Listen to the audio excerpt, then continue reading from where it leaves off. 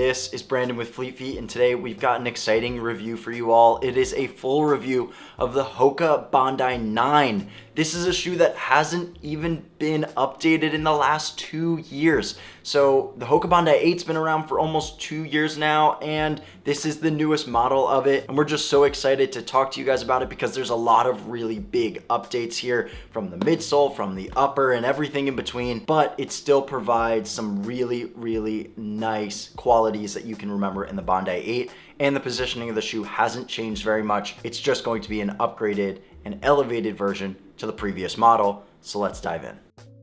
So this is the women's colorway and this is the men's. They've gone with a bit of a seafoamy green or teal with some pink on the side there. And then we've got a blue and orange, which is pretty traditional for a lot of men's shoes. Blue and orange, for whatever reason, that colorway is very popular. But the HOKA Bondi 9 is a max cushion daily trainer and is a neutral daily trainer from HOKA. This shoe is best for road running and just normal daily training miles, and it's actually a really good walking shoe. The Bondi for years has been a fan favorite, not just for runners, but for walkers and workers alike. So if you're a worker who's been on your feet all day and you have to walk around, maybe you're a nurse, or maybe you work in the medical field and you're running around hospital buildings, or you're someone who caters, or you work at a restaurant and you're on your feet waiting tables, those individuals tend to always pick a shoe like the Bondi because it's very protective on foot. And what's really exciting about the Bondi, which I don't know if anyone really knows too much about, but it is APMA accepted.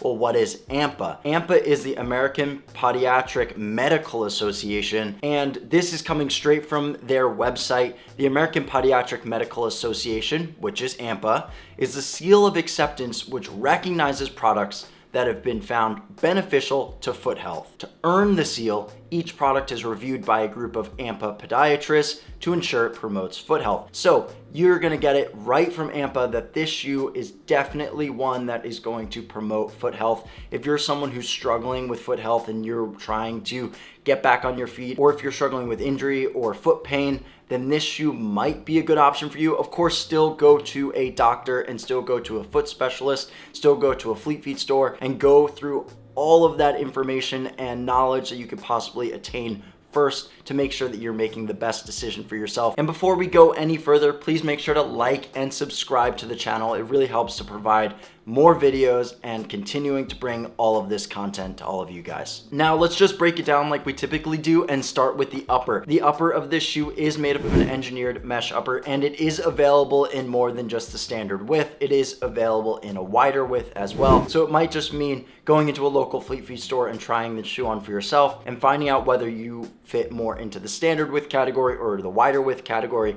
Either way, we're gonna have options for you. The heel collar and the tongue are quite padded, and the tongue isn't actually gusseted, but I found that that didn't really have any issues with any lockdown or fit. Overall, the upper of the shoe isn't that breathable. It's actually pretty warm and it's really cozy. So from a step and feel perspective, you're going to get a really nice feeling on foot just from a coziness and a warmth perspective, and it's just going to be really nice and snug. For me, the sizing of the shoe actually fit really nicely, but some of our other reviewers on our team definitely felt a little bit differently. It was a mixed bag all around, and because of that, we weren't actually able to conclude what the best sizing preference would be for you. The best way to figure that out is to actually just go into your local Fleet Feet store and try this shoe on for yourself. Go get your foot scanned through the 3D scanning process and go through the outfitting experience and find out whether this shoe or another shoe is gonna fit best for you. And especially if you plan on doing more than just running in these shoes, if you plan on walking in them or jogging or running errands,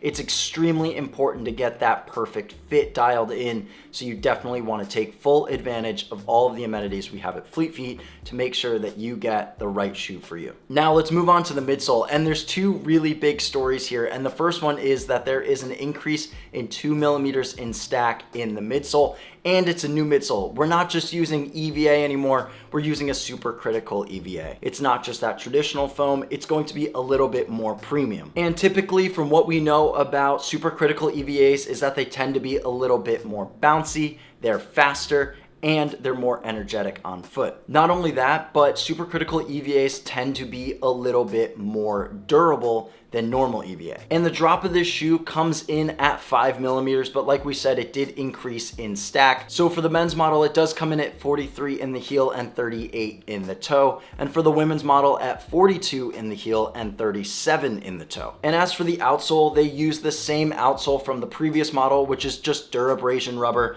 It's just really nice, thick outsole. And I gotta say, they haven't actually changed too much from an outsole perspective from the previous model to this one, and we had no issues with traction or grip. Now let's just move on to the ride and performance. And you're not just gonna be hearing from me about this shoe, but you're gonna be hearing from some of our other reviewers like Kate and Caroline. And with Kate, she just found that with this shoe, getting higher in stack, especially with an extra 2 millimeters, she found that all of this chonk on foot and all of this stack on foot just didn't really work for her. She found that the cushioning and the stack was just a little too high and a little bit too thick for her to run comfortably in. And she found that from the shape perspective of the shoe, it just didn't really fit her foot as well as she wanted. But she did say that if you're going on a long walk, or if you're traveling, or if you're just running errands throughout the house, then this shoe is going to work incredibly well. But for Caroline, she actually felt pretty differently from Kate, and she actually said that